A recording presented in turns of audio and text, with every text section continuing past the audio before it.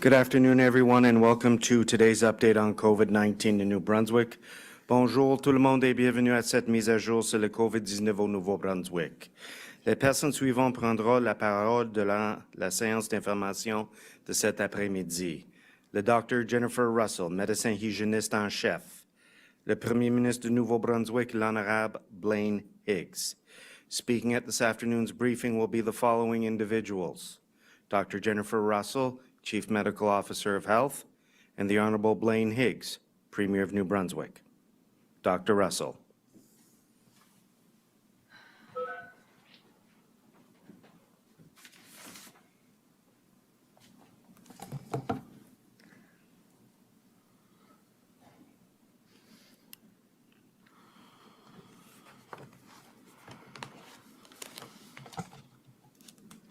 Thanks, Bruce. Merci. Good afternoon. Bonjour à tous et à toutes.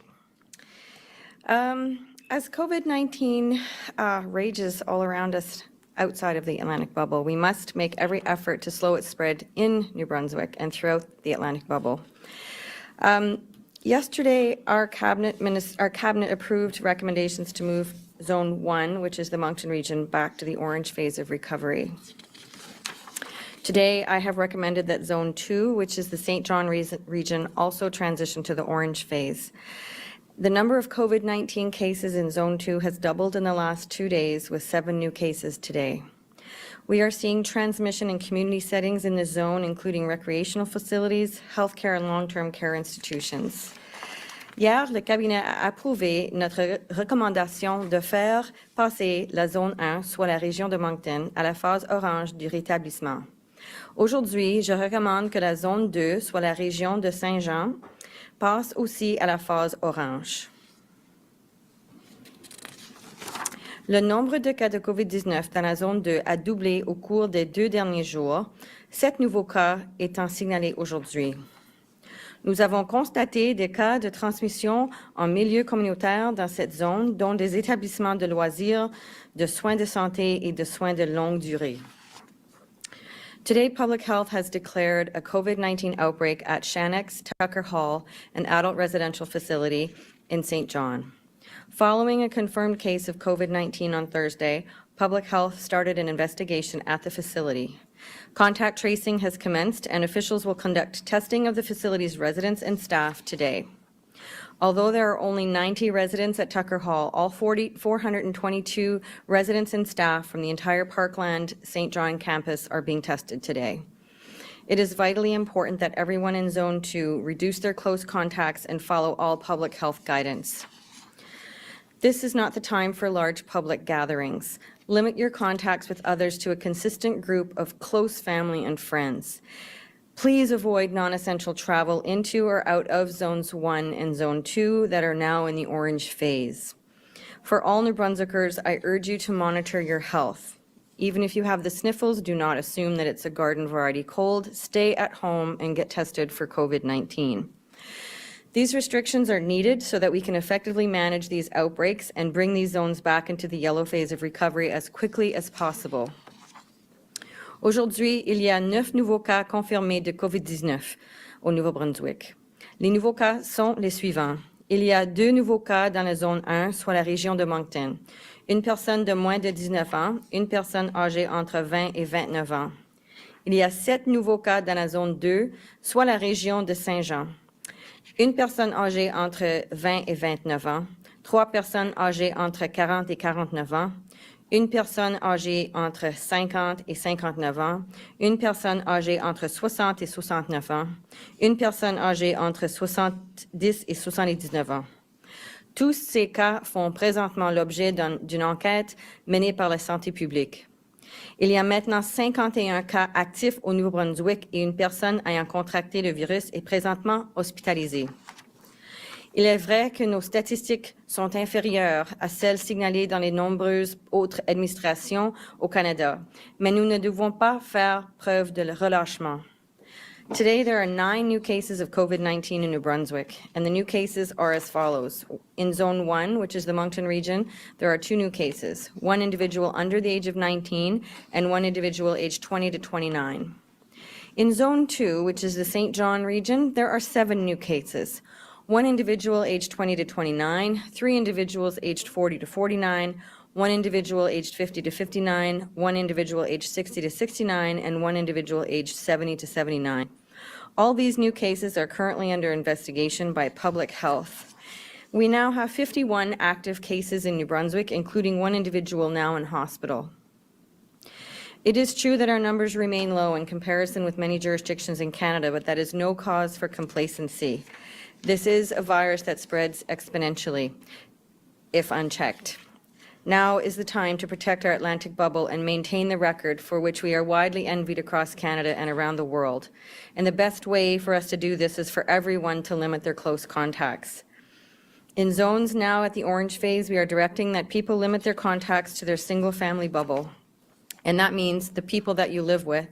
Your one household bubble includes the people that you live with. It can be extended to caregivers or an immediate family member who lives alone and requires support.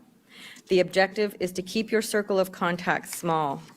There are currently about 600 people at least who are self-isolating in New Brunswick currently from different cases that have been traced in terms of contacts. And I'm sure that every single one of them wishes that they weren't at home for the next 2 weeks, and I'm sure that many of them wishes that they had not been exposed to COVID-19. We have a lot of work to do starting right now. La bulle formée d'un seul ménage inclut les personnes avec qui vous vivez et peut être élargie aux aidants ou aux membres de la famille immédiate qui ont besoin de soutien. L'objectif est de réduire au minimum votre nombre de contacts étroits. This restriction does not apply in the yellow phase zones, but I strongly recommend that everyone limit their close contacts to the greatest extent possible. And as I have said before, the best approach is to assume that everyone may have the COVID-19 virus and act accordingly. I also recommend that everyone in New Brunswick, no matter where you live, have a contingency plan ready if you are required to self-isolate. Just like EMO puts out advice around making sure you have 72 hours worth of emergency food and water, et cetera, if there's a power outage. You need to be prepared to self-isolate for 2 whole weeks. Make sure you know who to call on to pick up your groceries and other supplies, manage your businesses, look after your summer camp. Taking this precaution ahead of time will make the transition easier for you and those who rely on you.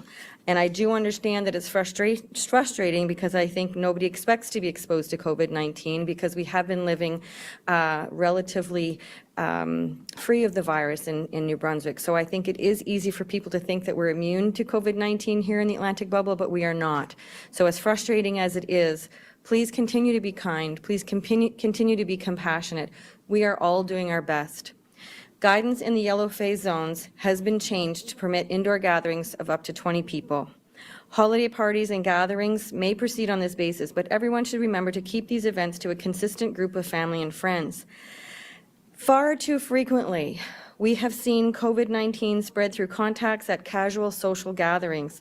I think people need to have a higher level of comfort saying no to going to these gatherings. When somebody invites you to these gatherings, please take the time to make a very conscious choice. And if you need to say no, please do so. And have a rehearsed line that you might have to bring out to practice and make sure that you're comfortable setting that boundary. This year, we must take new precautions to meet the reality of the pandemic. Holiday shopping can proceed, but with some changes. I suggest that people plan their shopping differently this year to shop during low traffic periods and avoid large crowds. Business owners can help by spacing out their sales events. And again, I want to emphasize that people should avoid non-essential travel into or out of the orange phase zones, but this holds true for the entire Atlantic bubble. I did hear that somebody was confused about what I was saying yesterday about traveling, and so when I'm talking about non-essential travel inside and outside the orange zones, that's for what we're experiencing right now in terms of dealing with these outbreaks. But in a general sense, traveling outside the Atlantic bubble or traveling outside of the Atlantic bubble for non-essential reasons or having people travel into the Atlantic bubble for non-essential reasons is discouraged at this time. Encore une fois, je tiens à souligner qu'il faut éviter d'entrer ou de sortir d'une zone orange pour tout déplacement non essentiel. The holiday season can be just as joyful as ever if we approach our situation with an open mind and an open heart.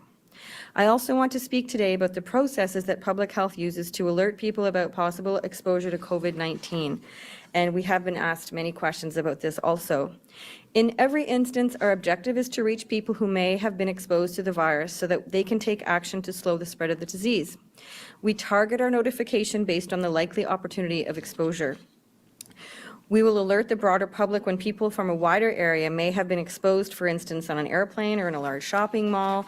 Other examples we've seen were in an optical center, Tim Hortons, etc. Or McDonald's. So in cases where businesses' customers are more likely to be local, we may advise an owner in the course of tracing contacts, just as we would with any institution or organization. Les personnes qui font la recherche des contacts jouent un rôle primordial pour ralentir la propagation de la COVID-19 et je leur suis très reconnaissante pour les efforts inlassables qu'elles déploient. Il ne s'agit pas d'un travail qui est toujours facile. Bien que la plupart des gens font preuve de la collaboration, il arrive que les membres du personnel chargés de la recherche des contacts sont traités de façon grossière, même s'ils ne font qu'effectuer leur travail. And sometimes organizations, businesses, etc., will put out messaging of their own, and then the public is confused about, well, it didn't come from public health, but this facility or this organization or this business has put out an alert.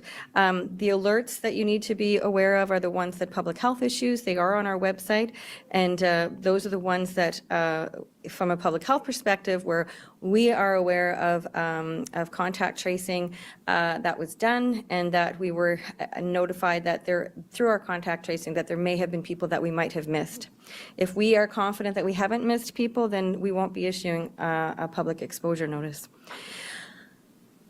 And I want to assure New Brunswickers that our staff will continue to strive for a high standard of professionalism and care performing their duties. Even at our borders, you know, our public safety employees have been there for months and months and months, and they are doing a great job, and they will continue to do a great job. But everybody is working their hardest. Everybody is working really hard to do their best and make sure that we're protecting the population of New Brunswick, and we need everybody's cooperation, and we need everybody's compassion and patience. We are all working to prevent the spread of COVID-19 while respecting individual privacy and other rights of New Brunswickers. Thank you very much.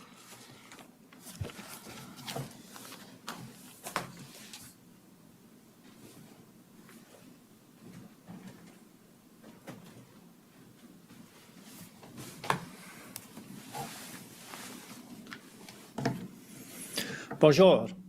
We are continuing to see an increased number of cases of COVID-19 in the province, especially today in Zone 2, the St. John region.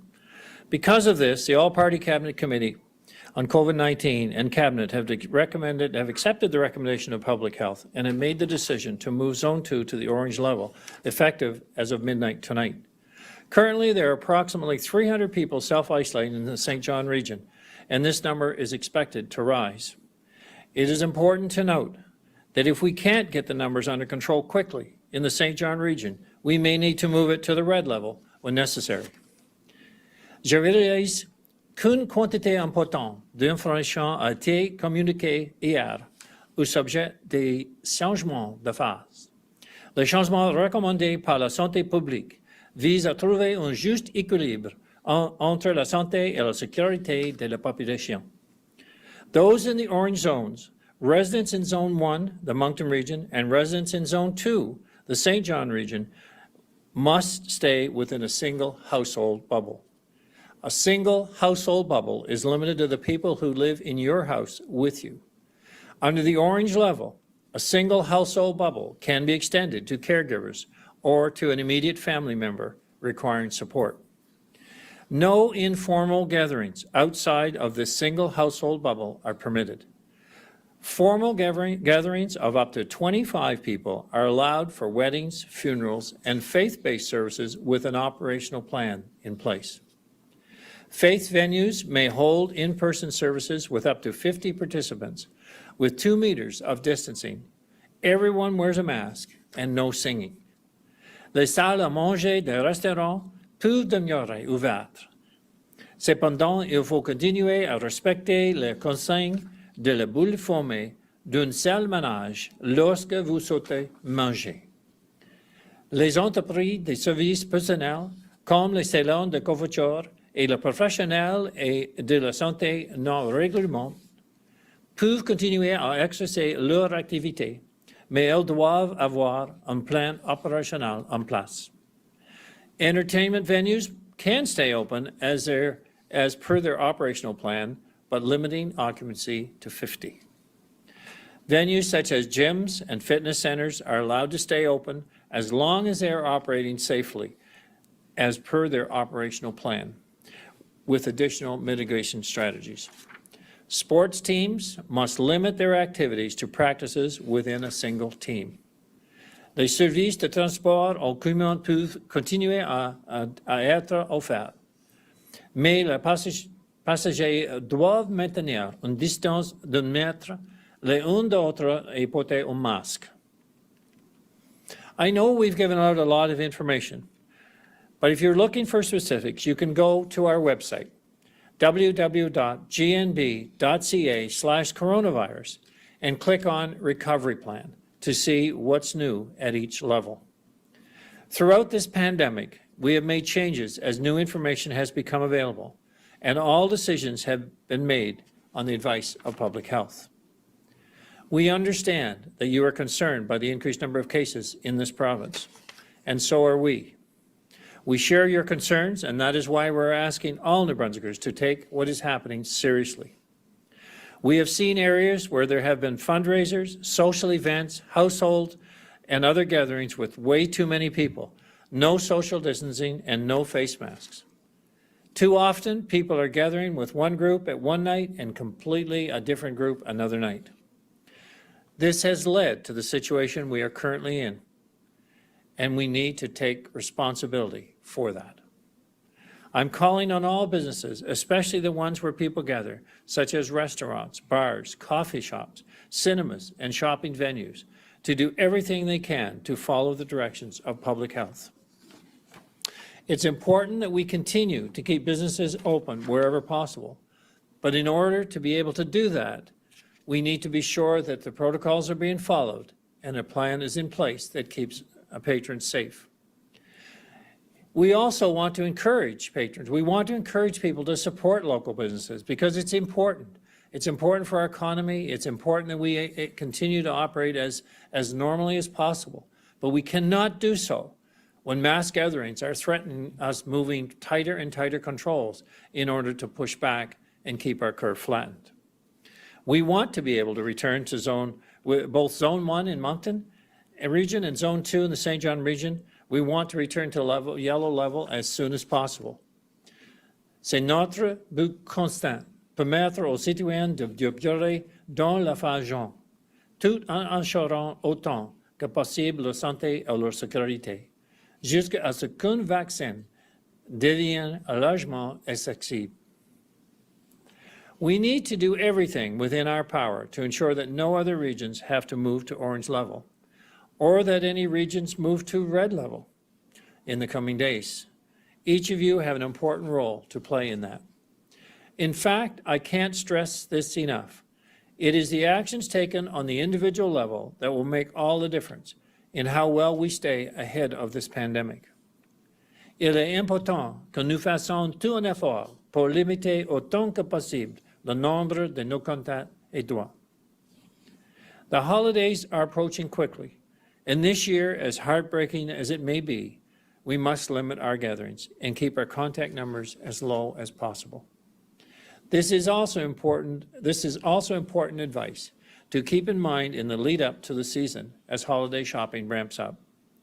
Black Friday is coming up next week, and under normal circumstances, this would be an opportunity for stores to offer big one-day sales. It is crucial that we continue to reopen our economy, but we cannot risk the health of New Brunswick in doing so. But I also want to encourage business owners to spread out their sales if possible to avoid large numbers of customers shopping on a single day. I also want shoppers to continue to enjoy the shopping event in a health and new safety way. It's important that we support our local businesses, but we can do that in a way that ensures that we maintain our health standards, we flatten the curve, and we also keep our economy and our businesses open. J'encourage également les citoyens à adapter leurs habitudes de magasinage autant que possible. Évitez les heures de pointe. Revenez plus tard si un magasin est bondé de monde et vérifiez les produits sont offerts en ligne ou pas cueillis sur place. Of course, we must all continue to follow safety guidelines like wearing a mask and maintaining 2 meters of physical distance from others when we're in public. It's not one or the other. Do both to increase our defenses against the virus. De nombreuses entreprises ont fait de l'excellent travail en matière d'affichage. Par exemple, des flèches pour que les clients évitent autant que possible d'entrer en contact avec les autres. Veuillez porter attention à ces affiches et respecter les règles. This is the best way to protect yourself and everyone around you. We're going to see more cases of COVID-19 in the coming days, but we want to be able to manage these cases so we don't overwhelm our hospitals and our health professionals. While increased cases is expected, we must continue to do everything we can to slow the spread of the virus. It is imperative that we continue to work together to keep each other safe and to move our entire province back to yellow as quickly as possible. We can do this. Think about what you were doing last week. Think about what you've been doing in the last few weeks, and think about how that impacts the health of yourself or the health of others. And were you doing your part to protect the health? I've said it many times here before. This isn't about being able to enforce these rules. This is about everyone understanding the rules, being part of the solution to ensure that we have a healthy and safe Christmas season, and we move safely into the time when a vaccine is available. Thank you. Merci.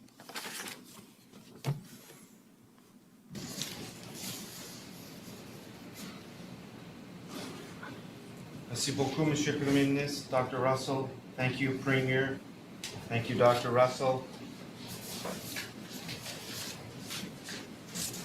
Nous allons maintenant procéder aux questions des journalistes. Vous avez toujours le droit de poser vos questions dans la langue de votre choix. Chaque journaliste peut poser une question. We'll now proceed with questions from members of the media. You have the right to pose your question in the language of your choice, and each reporter will have one question today.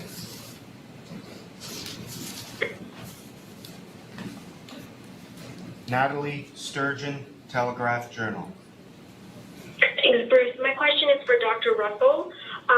You declared an outbreak at Tucker Hall at the Shannock's Parkland St. John, and I'm just wondering whether that case is connected to a medical professional, and of those 300 people that are now self-isolating, how many of those are medical professionals?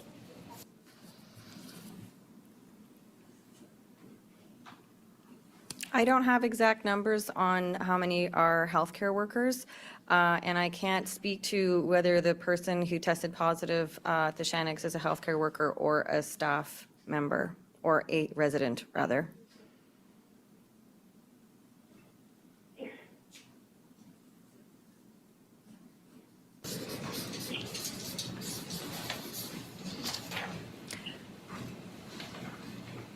Okay. Thank you. Savannah Odd, Telegraph-Journal. Hi there. My question is for the Premier. Today, we saw a bit of an interruption in the sitting in the legislature, and we're told that it was discussed, I guess, what will happen next week in terms of, how people will sit. Will it be virtual? Will it be hybrid? Leaders are telling us they don't know the answer to that question. There seems to be a lot of confusion. Is there a plan for what is going to happen with the legislature? Is there a contingency plan if we continue to see these outbreaks? And I guess, what is the plan for next week? So right now we have I guess the one consideration is in relation to the public health requirements that that we would be staying in the zones that are affected, the orange zones. And particularly now we have 2. So that will limit the number of people that would actually be coming to the legislature. However, the legislature can continue to operate with a reduced number of MLAs actually present who are living or staying outside of the affected zones.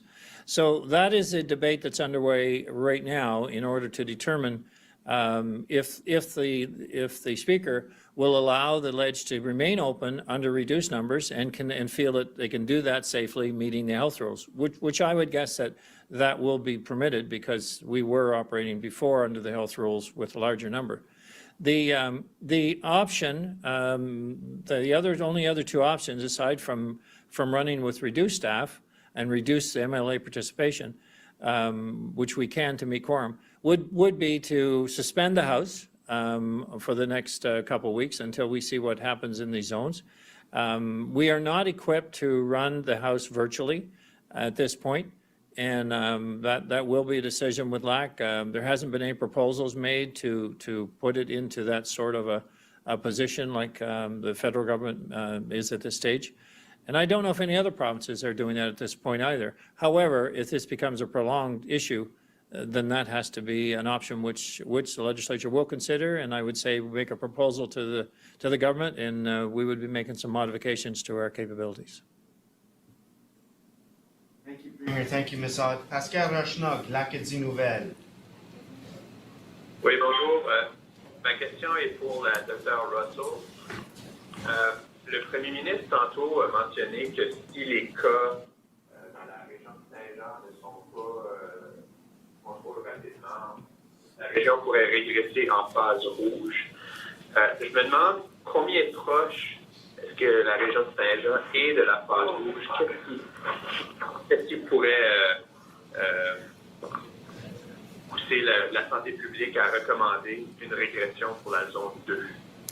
Alors, pour les éclosions qu'on a vécues déjà dans la zone 5 et celui qu'on a déjà vécu dans la zone 1, les déclencheurs sont vraiment dans la catégorie de le nombre de cas qui a doublé entre un tel nombre de jours. Et les éclosions dans des endroits avec des populations vulnérables. Alors, on a ces 2 déclencheurs-là. L'effet qu'on n'a pas vraiment la coopération de tous les membres du public au niveau de s'assurer que les gens portent leur masque ou ils sont dans des endroits ou des rassemblements peut-être qui sont moins sécuritaires et aussi avec les rassemblements et aussi avec les recommandations sur le rapportage le numéro de téléphone et les noms pour des restaurants, les choses comme ça. Si c'est pas fourni, ça veut dire que faire le traçage de contact étroit, c'est difficile quand il y a des éclosions qui impliquent des endroits comme cela. Et l'autre catégorie de déclencheurs, c'est quelque chose qu'on suit vraiment. Il y avait une question demandant s'il y avait des travailleurs de santé qui étaient impliqués. C'est vrai qu'il y a des travailleurs de santé impliqués dans l'éclosion de zone 2. C'est aussi le cas dans la zone 1. Alors on va surveiller la situation pour déterminer s'il y a encore des déclencheurs dans cette catégorie-là sur l'effet les nombres de personnes qui vont être hospitalisées, etc., s'il y a de la capacité.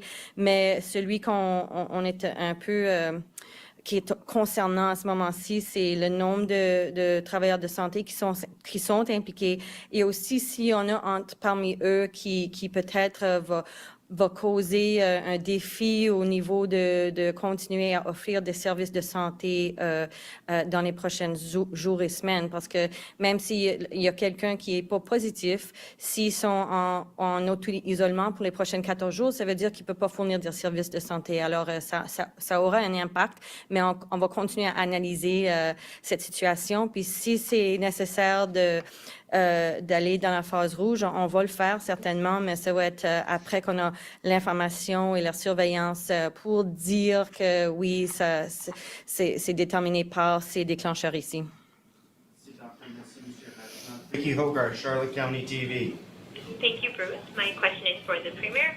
Premier Higgs, Just to clarify from yesterday, is it now mandatory for Campobello Island residents to get or who get gas or essentials in the United States to isolate for 14 days? If so, what motivated that change? And are you aware that St. Stephen is over 80 kilometers away from the island? Yes, I'm quite aware of the distance. It's been that same distance for a lot of years. The idea of no, there's nothing's changed in terms of their movement into Maine and back. We want them to be as normal as they were before. That's the goal. And I asked, as I said yesterday, is how do we ensure that life is the same and or as similar. We are encouraging, however, that they would minimize any stops in Maine and go directly through to St. Stephen or back. That would be the safest thing to do, and I have asked our public safety folks to work with border guards and officials, so we do have continuity there of what's being offered, and if I find some, let's say, situations that we can't manage or haven't been managed properly, then we will work with the residents and the officials to fix that, to remedy that. Thank you, Premier. Thank you, Ms. Hogarth. Nicholas Steinbach.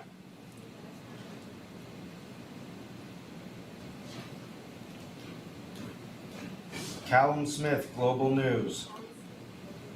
Thanks, Bruce. My question is for Dr. Russell. Doctor, I've seen a lot of people voice concern about the single household bubble, but be able to go to a bar and see their neighbors from a distance. How are the decisions made to keep what seems to be all businesses open while tightening the household requirements? Well, what we're seeing in terms of the transmission patterns is people who are gathering, whether it's in a home or whether it's in a private function, we are seeing the transmission patterns mostly outside of these types of settings. So, and in the cases where transmission has happened in that type of setting, again, if we're able to trace the close contacts, then at this point in time, that is what we are doing. And when we can't do that, then we issue public notices about possible exposures. But again, we take the information and we analyze it, and we are constantly revising our approach and constantly revising our phases to reflect the risks, to reflect the information that we receive around transmission patterns in the province.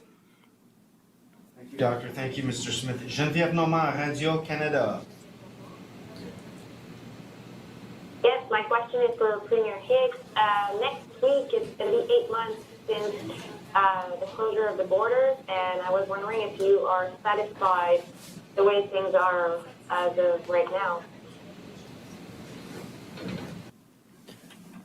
So I'm not sure I understand the question. Yeah,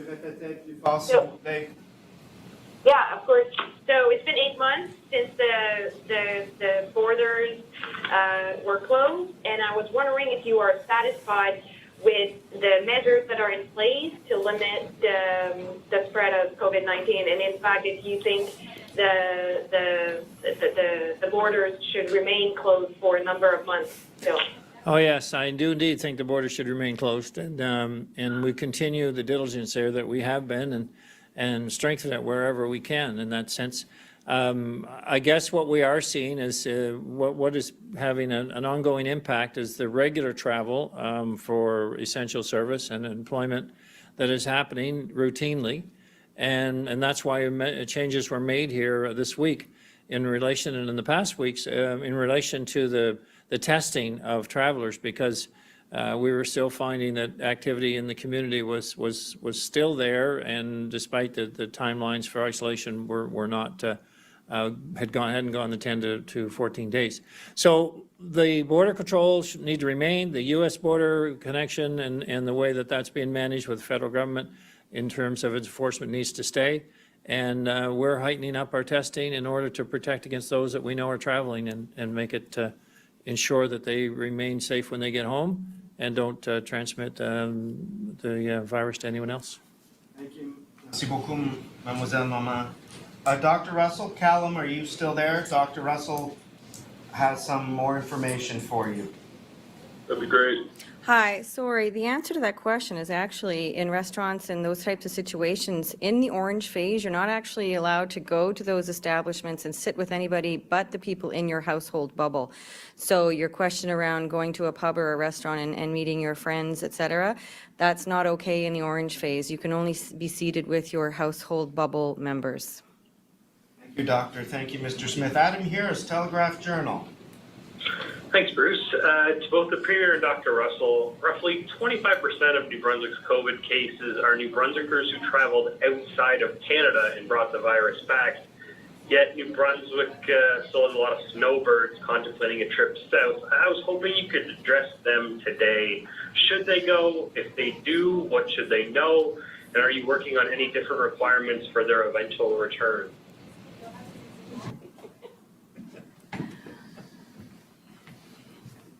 The Premier may have a different answer than I have, so he may want to comment after I do. Without question, a pandemic is not the time to make any non-essential travel plans, period. That is my answer. So since we, continue to tag team in our communication, and we're certainly been fully aligned here, I would certainly concur that if we were looking at where's the safest place to be, I don't think I'd pick Florida or the South. And so right now I would discourage if someone was planning to go south, I might hold off on that just a little longer and wait for a vaccine. Thank you, Mr. Harris. Laura Lyle, CTV. Hi, my question is for Dr. Russell. Dr. Russell, at what point would you consider doing mass testing in the St. John region and the Moncton region? Well, we are having conversations right now about making sure that we have capacity to meet the demand as it is right now. In other outbreak situations, we have done mass testing. For the time being, we're doing the mass testing in the Shanix Parkland Estates facility. And if there is any other involved institutions, then we'll be doing testing in those types of areas. But the conversations are ongoing about what other opportunities that people will have to get tested. But at this moment in time, if anybody has any one of the symptoms on the list, they can call 811 or they can do the online assessment form and get tested at this moment in time. Thank you, Ms. Lyle. Thank you, Dr. Bobby Jean McKinnon, CBC. Yes, thank you. My question is for Dr. Russell. I think you might have covered this a bit with Lakadee Nubel's question, but putting St. John back to the orange level may seem extreme to some people when there are only 14 cases right now. Moncton had 24 cases before you bumped it back to orange yesterday and 21 before you bumped it back to orange in October. Can you just please explain why you're taking this step now? The contact tracing has revealed that some of the spread is happening in areas, number one, where there is a super spreader event, and there are some super spreaders involved in some of the cases. So we are expecting more cases to pop up, and the fact that there are so many healthcare workers involved at this moment in time who are self-isolating. And again, with the contact tracing that we've done and the type of contacts that we have found and those people who are self-isolating as a result, we expect many of them to become positive. But in terms of the triggers have been met. So the triggers are doubling time within a 6-day period, and that has happened. The other trigger is the number of healthcare workers that are affected currently. And the other is the fact that people have not been following public health protocols and advice around physical distancing, keeping their close contact numbers low, wearing their masks, et cetera. So we are seeing all the triggers that we used in the Zone 5 outbreak, in the Zone 1 outbreak. They're quite similar with the exception of again, the impact on the healthcare workers. The fact that in St. John, a very large nursing home is involved at this point in time and doing all that contact tracing and testing at this moment in time. Again, there's a huge risk there. So vulnerable population being affected is one of the triggers. So the triggers haven't changed. The criteria have been met to move to orange in the Zone 2. Thank you, Doctor. Thank you. Ms. McKinnon. Sophie des Hôtels Radio-Canada. Oui, bonjour. Ma question est pour le Dr. Russell. J'aimerais qu'il y a beaucoup de gens qui nous ont posé la question dans le public, pourquoi réduire la bulle à un seul ménage alors que, par exemple, les élèves, les enfants continuent à avoir de nombreux contacts à l'école, à la garderie, dans les sports interscolaires et qu'ils ramènent ces contacts-là à la maison? Alors, je comprends la question. C'est vraiment l'effet d'essayer de réduire les risques. Les risques seront jamais zéro, mais on veut que les enfants soient capables d'aller à l'école. Ça, c'est vraiment important. Toutes nos conversations avec les autres médecins hygiénistes, avec toutes les autres provinces, sont en accord que c'est vraiment, vraiment important de faire certaines qu'on puisse permettre les enfants à aller à l'école. Alors, on ne veut pas changer ça. Les risques sont diminués le plus bas que possible à l'école dès que maintenant. Pour les rassemblements, les gens qui vont qui vont passer du temps avec des gens hors de leur maison, ça, c'est pas absolument nécessaire, sauf que s'il y a quelqu'un qui prend soin de quelqu'un d'autre, les choses comme ça. Alors, c'est vraiment l'effet qu'on veut diminuer les risques le plus bas que possible pour protéger les entreprises, pour protéger les écoles et protéger les hôpitaux et les travailleurs de santé. Merci, docteur. Merci, Mademoiselle des Hôtels. Inda NTR, Huddle. Hi, this is a question for the Premier. Premier, there's two zones in Brunswick that's in orange, and Nova Scotia is also experiencing a community spread. So I was wondering how soon could we see changes to the Atlantic bubble? Well, certainly I would, I dare say the public health officials internally have been discussing. I know I've had some conversations with Premier King in relation to what they're doing there in PEI. At this stage of the game, it would more likely be PEI who would look at, if they should reinforce their borders, and as we're experiencing similar situations in Nova Scotia and New Brunswick. Newfoundland's seen a bit of an increase as well. So we haven't had any discussions about the bubble changing at this phase, but I would anticipate you'd see some maybe minor tweaking within the individual provinces on border controls. And doesn't necessarily change the whole bubble, but it likely will cause some strengthening at individual borders. Thank you, Premier. Thank you, Linda. Thank you. François Leblanc, Radio-Canada. Oui, bonjour. Question pour Dr. Russell. Ce serait pour parler des CIDOC de Saint-Jean qui ont fait une mise à jour là, sur leur membre de personnel qui a été déclaré positif. J'ai pas entendu la question. Peux-tu répéter la question, s'il vous plaît? Oui. Donc, c'est un membre des CIDOC de Saint-Jean. Les CIDOC de Saint-Jean ont fait une mise à jour sur le membre de leur personnel qui a été déclaré positif à la COVID-19. Ce qui est intéressant, c'est que dans le communiqué, on nous dit que le membre du personnel s'est senti mal et a subi un test la semaine dernière. Mais lorsqu'on regarde l'horaire, les CIDOC ont joué contre Moncton a joué contre Acadie Batters, les CIDOC ont joué contre Halifax. Je veux juste que vous nous parliez du niveau de risque de la transmission envers ces équipes-là. Est-ce que vous allez demander à la Ligue de mettre frein à ces activités, d'arrêter leurs activités du moins au Nouveau-Brunswick? Est-ce que vous allez parler à la Ligue bientôt? Moi, je ne peux pas faire des commentaires sur des cas individuels, mais en général, si les situations changent et on a des risques qui changent, il y avait eu une conversation aujourd'hui, je crois, avec les organismes de hockey. Et la dernière fois que j'ai parlé avec mes collègues, les médecins hygiénistes en chef en Nouvelle-Écosse et aussi en l'île du Prince-Édouard, parce qu'on voyait que les risques augmentaient, il y avait une discussion sur si oui ou non les équipes devraient voyager entre les provinces pour continuer à jouer, mais une décision n'a pas été faite jusqu'à maintenant, mais c'est quelque chose qui a été discuté à cause des risques qui augmentent. Merci, M. Leblanc. Merci, Dr. Trevor McNally, Tribune. Thanks, Bruce. This question is for the Premier. Under the previous orange phase, hairdressers, barbers, tattoo shops were forced to close. I'm just wondering, when were the changes made to allow for these businesses to remain open in the orange phase, and will they be, I guess that's. Hi, I'm going to take that question. So our phases have been continually revised based on what we're seeing in terms of transmission patterns, evidence, and data. So, our original phases with respect to red, orange, yellow were a certain set of protocols, and then we revised them in the summer.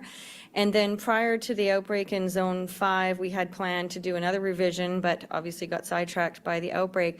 But we certainly had made the plan to change the phases again based on risk, based on evidence, based on changes and the evolution of the pandemic, so we could reflect the correct and targeted mitigation for the risks that we were seeing as things have evolved. So, and we will continue to do that. So there could be more changes in the future. But at the time that the outbreak happened in Zone 5, again, we're always continuously looking at revising all of the information in those phases. Thank you, Mr. McNally. Marie Sutherland, CBC.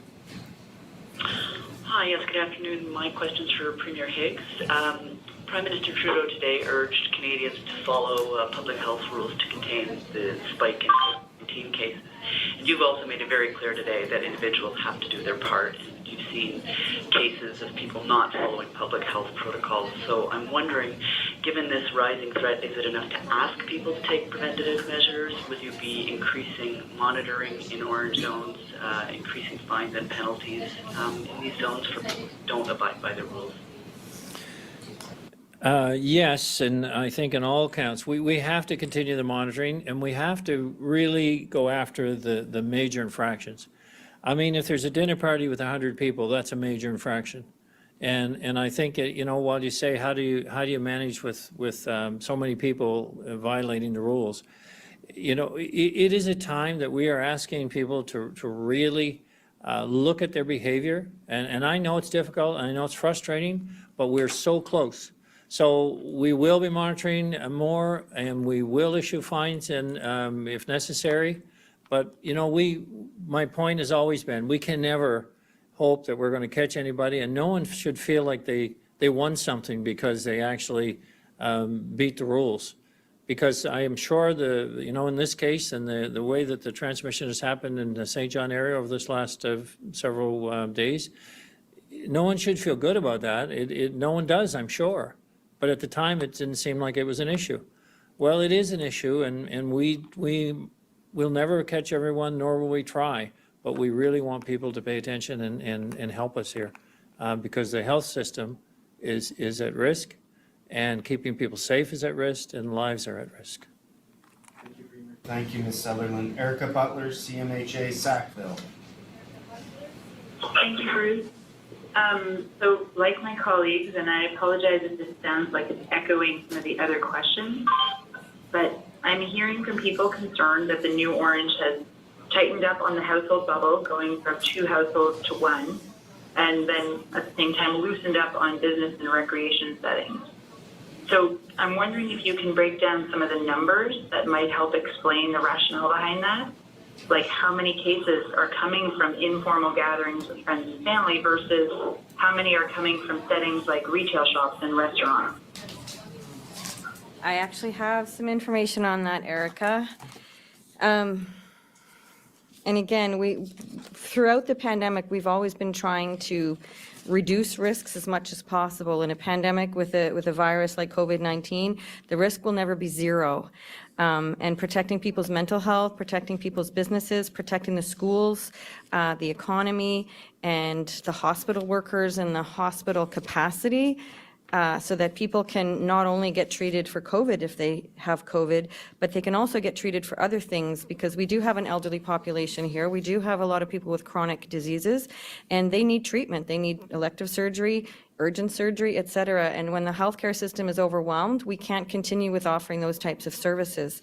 So what we're seeing in terms of the types of outbreaks and transmission in the various types of outbreaks that we've seen so far, many, many, many, many of them are as a result of people gathering in private places for private functions. Informal gatherings of any kind have contributed to a lot of the transmission. With respect to businesses, I know for a fact that there have not been a lot of scenarios where transmission has happened in businesses, et cetera. That doesn't mean to say that we might not still see a lot of that type of transmission in the future.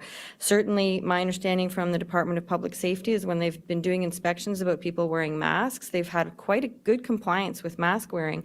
But prior to the outbreak in Zone 5, that wasn't the case, and that's why we've made changes around mask wearing. We know how important that is because we were seeing transmission in workplace settings between employees, not when they were working with the public. When they were working with the public, everybody was following the public health guidance. But when they were working with each other away from the public or where they were having lunch breaks, et cetera, that is when we were seeing transmission. We are also seeing transmission for people who work in different types of settings who are going to work with symptoms and not getting tested. So we know that's a problem. So we're trying to address that as well, again, with messaging around making sure you get tested even if you have mild symptoms. So with respect to Region 1 and Region 2, I do have all of the outbreak patterns of transmission. There are still some cases related to travel outside of the Atlantic bubble and international travel as well. But most of them I'm seeing are private gatherings at this point in time. And so that is why it is so important that we limit our close contacts. When we talk about doubling time, and there was one reporter who asked a question about, well, it was only 14 cases, and why is that such a big deal? Well, exponential growth in cases is very dangerous in terms of the effect that it can have in a very short time on the healthcare system. For example, in the outbreak in Zone 5, there were upwards of about 80 plus cases, but when you did the breakdown of what percentage of that population would need to be hospitalized and what percentage of that population would need ICU care, you can break down what those percentages are, and you can model what the hospital capacity will be and how many cases it will take to actually overwhelm the system. And it's surprising how fast that can happen. It can happen in a matter of days. So we don't have the luxury of messing around. We don't have the luxury of waiting. We don't have the luxury of taking our time and humming and hawing. We have our triggers. They're there for a reason because it is very, very, very important that we, again, protect our healthcare system from becoming overwhelmed, and it can happen in a very, very fast time frame. So if we have 14 cases today and they double, that's 28 tomorrow, and let's round that to 30 because it makes the math easier. And then if that doubles again, that's 60, and if that doubles again, that's 120, and if it doubles again, it's 240, and if it doubles again, it's, you're up to 500 cases in a very short time. Well, we know the breakdown of that 500 would be 20% will be very ill, 15% will require hospitalization, 5% will need ICU care, and a certain percentage of those will pass away. So we know the math, we know the modeling, and we know how important it is that everybody do what they need to do immediately to get this under control so we can go back to the yellow phase as soon as possible. Thank you. Thank you, Doctor. Thank you. Isabelle Legier, CBC. Hi, yes, question is for the Premier. What happens to people who are being evicted in regions that are at the orange and red level? Does the government have plans to protect tenants from having to find new places to live when they're supposed to be staying at home? So your question was what happens if it's at the orange level and they're evicted? Yes. And we have cases, we have situations where that is happening? Right, and just in that case, if there's any guidelines in place for the government to protect these tenants, if that were to happen. Well, right now, we had at the beginning here, we had when people were losing their jobs, when people were not able to pay the rent, we had mechanisms in place. So I'm not familiar with cases where because a situation that we've gone to a different zone. That's why, we're trying to keep schools going, we're trying to keep businesses open, so people's employment continues and the health rules continue to be followed, but yet their economic activity continues. And that's what was different at the very beginning of the pandemic. So right now, I'm not familiar that because of going to orange, we're going to see any, significant changes in certainly evictions within apartments. Can I correct that? Sorry. Sure. Within the orange phase, as people are supposed to be staying home, is there any way, not necessarily that this would cause evictions, but if an eviction were to happen in this phase, is there any policy or guidelines in place by the government to protect those tenants? No, not at this time. That would particularly related to a situation, but I'm not sure why that would cause an eviction. There would be other circumstances causing that eviction. It wouldn't be related to it being an orange phase, and so I don't believe there'd be anything in place at this stage that would change that as a situation. Thank you, Isabel. Tom Bateman, Times and Transcript. Good afternoon. I've got a question about the communication of the protocol related to COVID-19. Premier, you noted that there's a lot of information about the measures that people, especially in zones 1 and 2, need to take. Some of it's changing. We heard today from other political leaders who think there needs to be, a more comprehensive communications plan, perhaps consideration given to people who don't have internet or Rogers TV that would allow them to watch these briefings. Are you monitoring how well New Brunswickers are understanding what you're asking them to do? And do you think that there's any changes required to how these requests are being communicated? Thanks. Well, actually, the polling that we'd previously done, the communications and the effectiveness of it were received very, very well. I mean, we're up in the 90s, I think, even. So I don't have a recent stat on that, but I think overall it has been received quite well and accepted around the province that the message is understood. I think of late, though, to your point, some of the cases where we've had to move back and forth from a yellow into orange, and probably of the most recent, like yesterday, in the case of, in the last few days, maybe even announcing that some of the changes had made in orange. So in other words, we're allowing the hair salons to stay open. Well, in the past, that wasn't there. We're allowing some businesses to keep running, but all of them have had an experience now with COVID. They've had protocols set up that have been approved in their operational plan. And so that gives us the flexibility to kind of evolve as they have evolved. And so managing the risks becomes different now than it was when we first started back in March. So I think there may have been a little confusion this last few days about how the colors had changed a little with different things, and I could use those examples.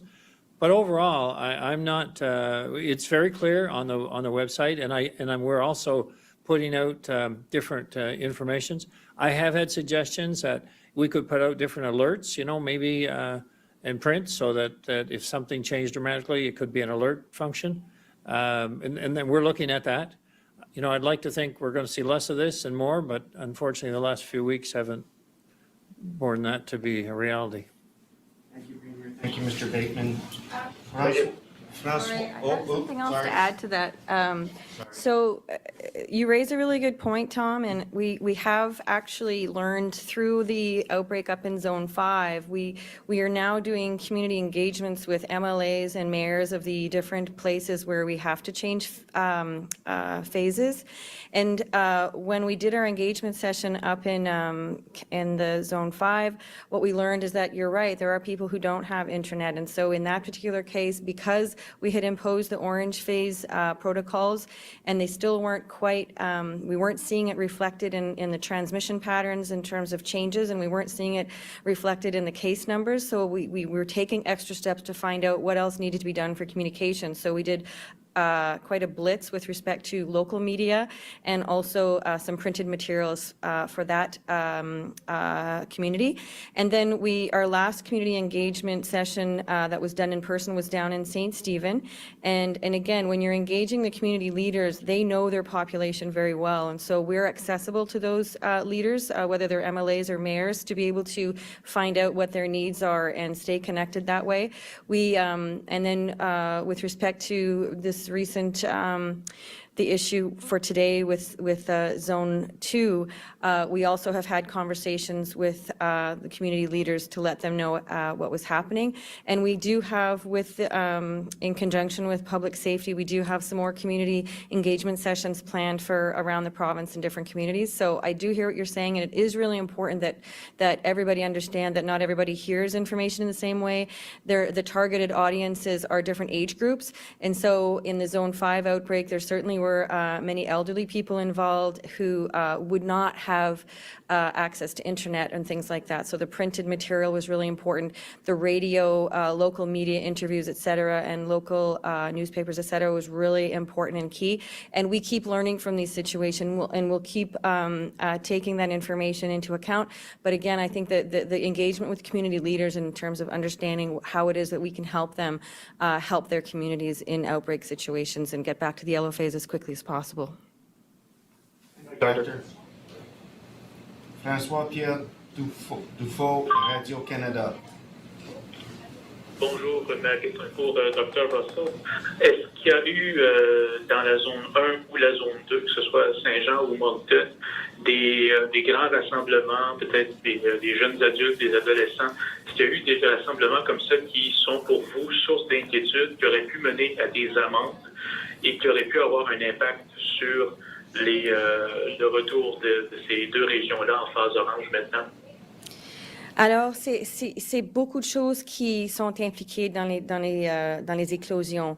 C'est pas toujours une seule chose qui arrive, c'est plusieurs choses. Alors, peut-être c'était un petit rassemblement et après ça, un autre rassemblement et un autre rassemblement. C'est ça qu'on a vu dans la zone 5. C'était plusieurs petits rassemblements, mais à la fin de la journée, il y avait 80 plus cas qui étaient impliqués. Dans la zone 1 et 2, c'est une combinaison de différentes choses, mais les rassemblements, ça pose le plus grand risque à ce moment-ci. Alors, c'est le plus important message aujourd'hui, c'est les rassemblements sont vraiment un risque qu'on ne veut pas avoir ici. Et je crois que si on avait des rassemblements cet été, on était bien. La situation dans les autres provinces était bien. Il n'y avait pas des grands nombres.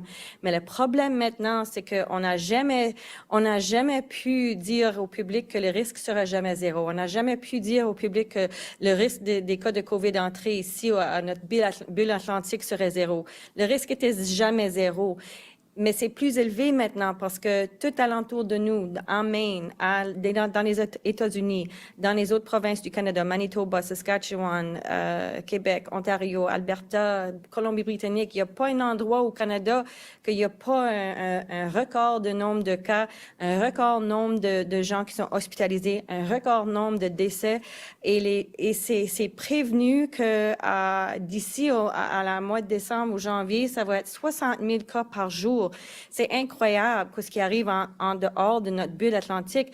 Et le record des cas mondial et les décès mondiaux, ça augmente chaque jour. C'est incroyable. Alors, les risques en dehors de la bulle atlantique sont tellement élevés, c'est impossible de diminuer le risque à zéro ici dans notre province, dans la bulle.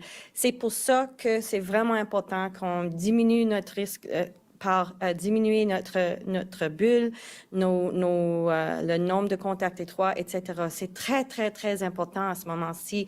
On n'est vraiment pas dans une situation qu'on peut gérer facilement si nos hôpitaux n'ont pas la capacité de gérer la situation. Alors, c'est pour ça que les messages sont très importants pour le public pour comprendre et suivre les directions de la santé publique à ce moment-ci. Merci, M. Pierre Dufault. Paige Water, Miramichi Leader. Hi, my question is for the Premier. I'm wondering if you're aware of the petition that was recently launched by the MB Coalition for Pay Equity, asking for increased funding for transition home workers who were deemed essential during the pandemic, and if you plan to increase their wages or further funding, and if not, can you explain the reasoning behind that?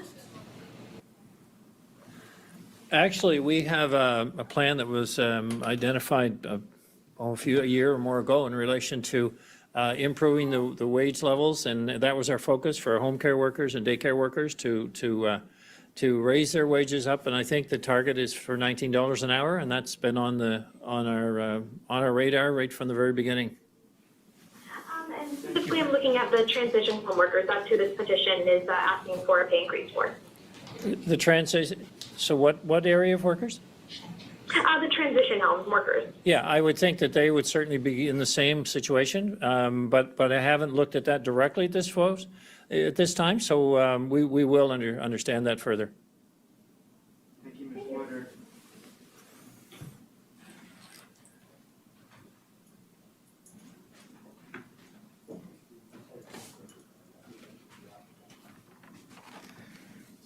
That concludes today's update. Ça conclut la séance d'aujourd'hui. Merci beaucoup. Thank you.